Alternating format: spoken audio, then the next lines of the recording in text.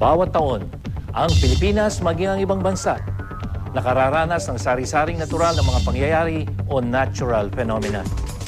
Dito sa atin, tinuturing normal na parte na ng buhay ang pagdaan ng malalakas na bagyo. Nagsasanga pa ang problemang ito kapag nagbabaha, kapag may mga landslide, o kapag lumalaki ang alon sa dagat. Kung minsan, ginugulat din tayo ng mga lindol, pati mga bulkan, nag-aalboroto. Apektado rin tayo ng patuloy na pag-init ng mundo o global warming. Sa kasamaang palad ng mga pangyayaring ito, kumisay nauuwi sa kalamidad o trahedya dahil sa kakulangan natin ng kaalaman at kahandaan.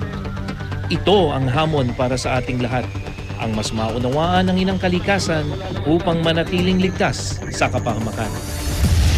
Magandang gabi.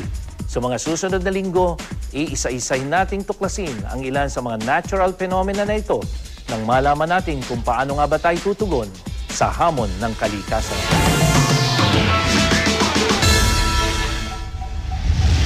Isa sa pinakamadalas na nananalasa sa Pilipinas ang mga baha, may bagyo man o wala. Nitong Agosto, matapos ang sunod-sunod na pagulan na dala ng hanging habagat at bagyong Iner, 80% ng Metro Manila ang nalubog sa baha. Magdamag pong inulan ang ilang bahagi ng Metro Manila at dala ito ng hanging habagat na pinaiigting ng bagyong Karen. At noong nakaraang Sabado lamang, lumubog na naman ang ilang bahagi ng Kamaynilaan dahil sa ulan na dala ng paghatak sa habagat ng superbagyong si Karen. Matapos ang pinsala, unti-unting babangon ng mga nasalanta.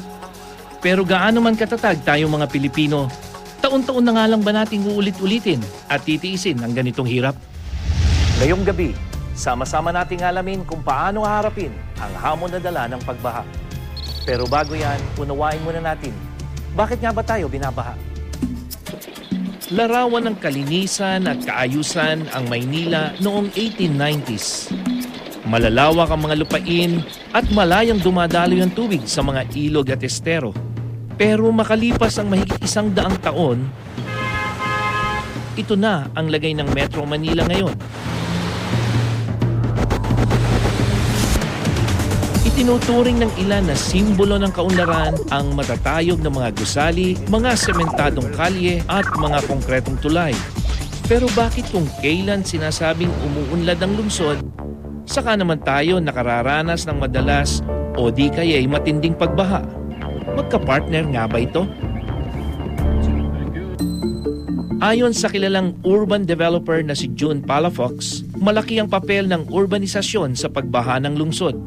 We have been using the wrong models in urban planning o walang urban planning at all. So nangyari sa atin, urban sprawl, whereas our Asian neighbors, vertical urbanism. If you have vertical urbanism, you have more open spaces. Nung mas marami tayong open spaces, the rainwater diretso sa underground. Pero ngayon, nakasemento na, naka-roofing, wala nang dumadami yung runoff water.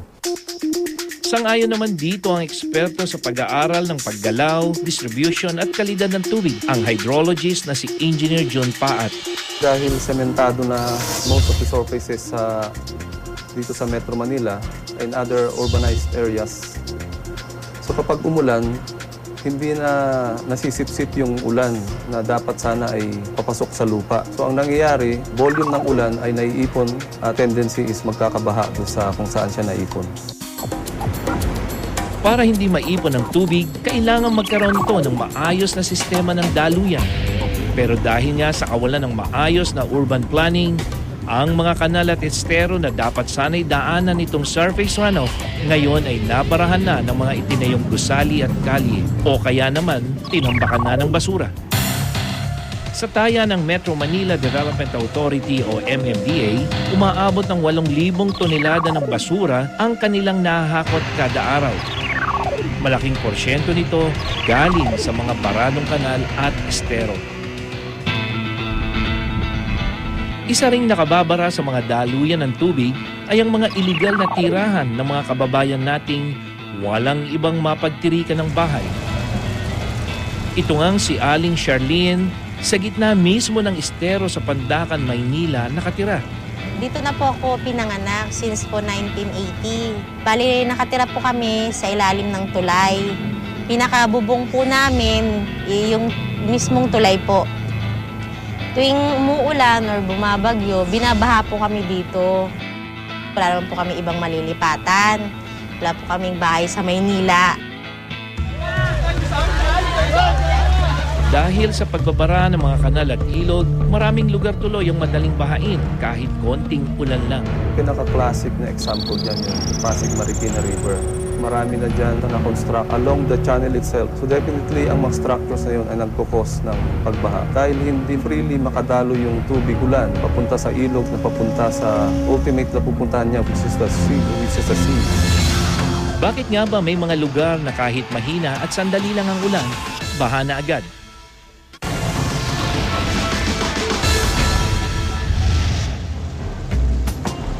Bukod sa walang madaanan ng tubig ulan, agad ring nagbabaha dahil nakakalbo na ang mga kabundukan. Ang dati kasing kagubatan ngayon, tinayuan na rin ng mga bahay o di kaya naman ginawang sakahan. Dahil sa kakulangan ng puno, wala na ang mga ugat na pumipigil sa pagbuhaghag ng lupa at tuluyang tinatangay ng umaagos na tubig ulan ang lupa pa ibaba sa mga ilog at mga lawa. Ang tawag rito, siltation. Dahilan nito kung bakit bumababaw ang mga ilog at lawa. Dito sa Marikina River dumadaloy ang tubig mula San Mateo at Rodriguez Rizal. At dahil sa patuloy na pagkaubos sa mga puno sa kagubatan, maaaring magdulot ito ng siltation at maging sanhi ng pagbaha. Kapag mas mababaw na ang mga ilog o lawa, nababawasan ang kakayahan nilang mag-imbak ng tubig ulan. Agad silang umaapaw at ang resulta, baha. Hindi lahat ng baha pare-pareho. May baha na mabilis at biglaan ang tinatawag na flash flood. Halimbawa nito yung naranasan natin noong September 2009, dala ng bagyong Ondoy. Meron namang baha na mabagal at matagalan o slow flood. Ganito naman yung naranasan natin noong hagupit ng habagat noong Agosto. Kung susumahin, mas maraming ulan ang dala noon ng habagat na umabot sa 1,007 millimeters. Mahigit doble kung ikukumpara sa ulan na ibinuhos ng bagyong Ondoy. Pero kaya naging mas malala ang pagbaha ng Ondoy dahil ang ulan ay bumagsak sa mas maikling panahon. Ang baha na resulta ng hagupit ng habagat dahilan ng matagal na pagkaipon ng tubig sa loob ng ilang araw na pag-ulan. Bakit nga ba may mga lugar na kahit mahina at sandali lang ang ulan, baha na agad? Notorious raw na bahain ang Taguig, Pasig, Marikina, Caloocan, Malabon, Navotas at Valenzuela, kaya naman ang mga residente rito, waterproof na raw kung tawagin. Meron kasi tayong tinatawag na river basin principle. Imagine natin yung isang planggana na kapag binuhusan ng tubig yung isang portion ng planggana, kung hindi pantay yung pagkakalapat ng planggana na yun, may mga portions na puntahan yung tubig. So ganun din ang nangyayari sa actual na mundo natin. Tinutukoy sa flood hazard map ang mga lugar na nanganganib na bahain. Kabilang na rito ang mga catch basin o yung mga lugar na napag-iipunan ng tubig kung sakaling umapaw ang mga lawa o ilog. Ayon sa flood hazard map, pinakadelikado raw ang mga lugar sa paligid ng Pasig Marikina River at mga bayan sa paligid ng Laguna Lake. Marami pong lugar na high hazard. No? Kapag dumating yung talagang malakas na ulan, karamihan ng mga binabaha ay yung mga nandun sa tabing ilog na patag na tinatawag natin floodplains. Kaya kung may bala kayong bumili ng lupa o magpatayo ng bahay, i-check muna ang area sa flood hazard map kung ligtas ba ito. Mabuti rin kung aalamin ninyo kung gaano kaligtas ang kasalukuyang tinitirikan ng inyong bahay. Sa ganitong paraan, mas makapaghahanda kayo sa baha bago pa man magsimula ang pag-uulan. Ano man ang sanhi, ang mga pagbaha ay sadyang hindi lubos na maiiwasan. Pero hindi ito nangangahulugan na wala tayong magagawa para maibsan ang pahirap na dala nito. High-tech na barangay hall, rehabilitasyon ng Pasig River, ito nga ba ang tamang tugon sa problema natin sa pagbabaha?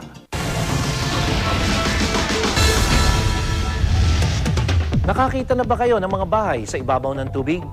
Hindi po yung mga barong-barong sa baybay ng Pasig River, kundi mga floating houses. Tingnan natin ang mga idea ng urban planner na si Architect June Palafox. Kung inyong mapapansin, sa silong ng bahay, may mga drum na nagsisilbing palutang nito. Nakakabit rin ang bahay sa mga flexible na poste para kapag andyan ang baha, lulutang lang ito at di aano rin nang umaagos sa tubig. Ito naman ang tinatawag na house on stilts na anyo ng tradisyonal na bahay kubo. Nakapatong ito sa mataas na poste para hindi agad pasukin ang loob nito sakaling tumaas ang tubig. Ilan lamang ito sa mga kakaibang solusyon bilang tugon sa hamon ng pagbaha dito sa Pilipinas. Pero hindi diyan nagtatapos ang mga idea ng ilan nating kababayan. Ito ang mga bahay na akma sa buhay baha, palutang-lutang at sumasabay sa agos ng panahon.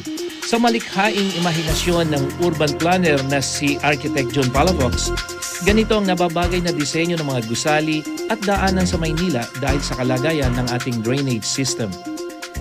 Our drainage system and flood control system sa Metro Manila obsolete na.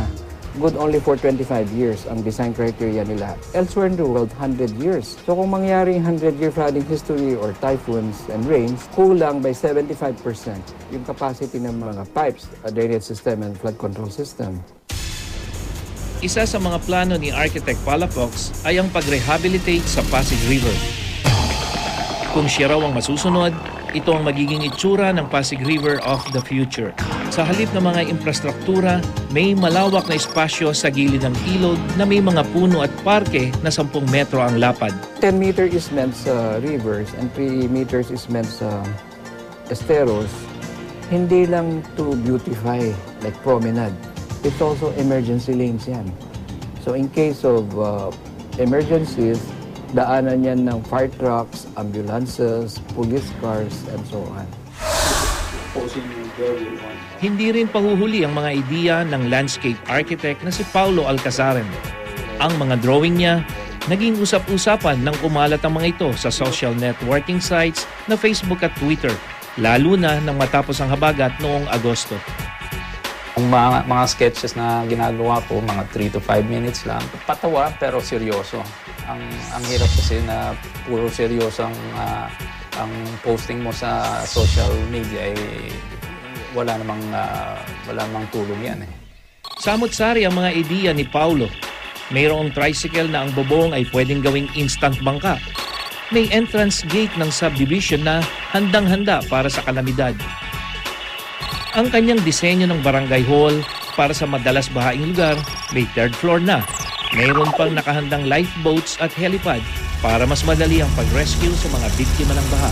Hindi naman lahat pwedeng gawin.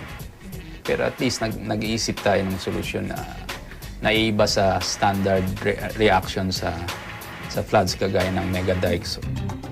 Kakaiba man at mukhamang imposibleng gawin ang mga disenyong ito, ayon sa DPWH, maaari naman daw itong magawa, ngunit bibilang muna ng mahaba-habang panahon. Hindi naman in 24 hours magagawa natin lahat ng mga bagay na yan. Posible siguro, vertical development. In fact, marami ng mga construction, puro high-rise building. Posible yan. Sa ngayon, may kanya-kanyang diskarte muna ang ating mga kababayan. Gaya nitong si Ronald na dati nang nakaranas ng matinding baha dahil sa Bagyong Ondoy. Nung Ondoy, naturally, wala talagang naisalbaga except yung mga personal na nabitbit. Siyempre, bukod sa mga material na gamit namin, nagkaroon din kami ng takot para sa aming buhay. Lalo na nung unang araw, nung unang gabi, hindi pa rin humuhupa yung tubig. Dahil ayaw na raw niyang pagdaanang muli ang ganitong hirap, sinigurado na raw niya na siya ay ready sa baha. So ito yung life jacket or life vest na binili ng tatay ko para sa bawat miyembro ng aming pamilya at may konting sobra pa kung kailanganin. Ito yung kasamang whistle na naka-attach sa life vest para madali kami magkahanapan kung kailangan sa dilim. Ito, meron din kaming mga floaters sa aming stock ng mga safety equipment, bright colors para madaling makita. So ito yung bangka na pinagawa ng tatay ko sa Navotas, nagkakahalagang 70,000 pesos. Medyo mabigat ito, hindi namin kayang buhatin, pero kung sakali man na umabot dito yung baha, dito kami sasakay. Sa ngayon, pangunahing proyekto ng DPWH ang paglilinis ng mga baradong estero sa Metro Manila na aabutin raw ng 4 na buwan bago matapos. May plano rin sila na maghukay ng mga underground canal sa bahagi ng Espanya at Quiapo palabas ng Manila Bay. Isa sa mga plano ng DPWH, base dun sa study namin in terms of flood control, ito ang pag-construct natin ng bagong box culvert dito sa F. Blumentritt. Ito ay, ang length nito is around 3.6 kilometer. By 2013, start namin itong project na ito. Ang MMDA at NDRRMC na pangunahing tumutulong sa rescue and evacuation kapag may baha, lagi rin daw naka-alerto. Rescue teams ng MMDA, isa sa mga matataas sa ating bansa. In fact, ang MMDA nagtatrain sa mga, hindi lang sa iba't ibang LGUs, kung hindi maging sa NBI, sa PNP, at sa AFP. Pero sa panahon ng malaking kalamidad gaya ng baha, umaasa rin daw sila sa pagbabayanihan. Hindi natin asahan lang yung gobyerno. Naka-organize na nationwide ng 86%. Yung naka-establish na ng local DRRM office at saka nakapag-organize na rin ng local responders. National Police, Coast Guard, Bureau of Fire Protection. Yan ang mga katuwang ng local na pamahalaan. Ang Philippine Atmospheric, Geophysical and Astronomical Services Administration o PAGASA naglabas na rin ng color-coded rainfall alert warning system. Sa tulong ng Doppler radar na sumusukat sa dami ng ulan na posibleng bumagsak sa isang lugar, pwede na magpalabas ng maagap na babala ang PAGASA. Kapag yellow warning ang itinaas, dapat maging alerto sa posibleng pagbaha. Inaasahan kasi na nasa 7.5 hanggang 15 millimeters ng ulan ang babagsak. Kapag orange warning naman, nasa 15 to 30 millimeters ang inaasahang dala ng ulan. Kaya kailangang maghanda na sa posibleng paglikas. At kapag red warning, 30 millimeters ng ulan ang posibleng magpalubog sa Metro Manila, kaya't kailangan ng lumikas, lalo na ang mga nasa mabababang lugar. Isa ring mahalagang hakbang sa pagharap sa banta ng baha ay ang pagtatayo ng mga dike o seawall bilang proteksyon sa mga baybaying komunidad. Mungkahi ni Architect Palafox na bukod sa kasalukuyang seawall, dapat magtayo ng wave wall sa kahabaan ng Manila Bay. You could use rocks Dami naman natin rocks sa Pilipinas. The greatest initial wave breaker before it arrives at seawall. Pero dahil magastos ang proyektong ito, alternatibo raw ang pagtatanim ng mangroves o bakawan sa baybayin ng Manila Bay. The natural wave breakers are mangrove. Can break the waves as well. Kaya nung nag-tsunami sa Indian Ocean, yung Maldives Island, ang dami lang mangrove, naprotektahan sila. Kung hindi naman magagawa ang mga nabanggit na mungkahi kontra baha, ang paglikas sa mas mataas na lugar ang huli nating alas. Matapos ang undoy, marami na sa mga dating nakatira sa tabing ilog at estero ang nailikas sa Laguna, Rizal at Bulacan. Sa ngayon, may plano na ring i-relocate ang mahigit 100 informal settlers sa Metro Manila na nakatira sa mga daluyan ng tubig. Sa bawat baha na nagpapalubog ng ating mga lungsod at probinsya, napatutunayan natin ang nausong kasabihan sa internet na the Filipino spirit is waterproof. Pero di sapat na maging waterproof, mga kapuso. Dapat mulat tayo at handa sa epekto ng ating nagbabagong panahon. Maging bukas sa mga bagong idea, maging maparaan sa sariling kaligtasan. Makipagtulungan sa mga ahensya ng pamahalaan sa pagtugon sa hamon ng baha. Maging waterproof na, floodproof pa. Ako po si Nathaniel Cruz, kasama ninyong magtatanong, tutuklas, susuri at tutugon hanggang sa susunod na hamon ng kalikasan.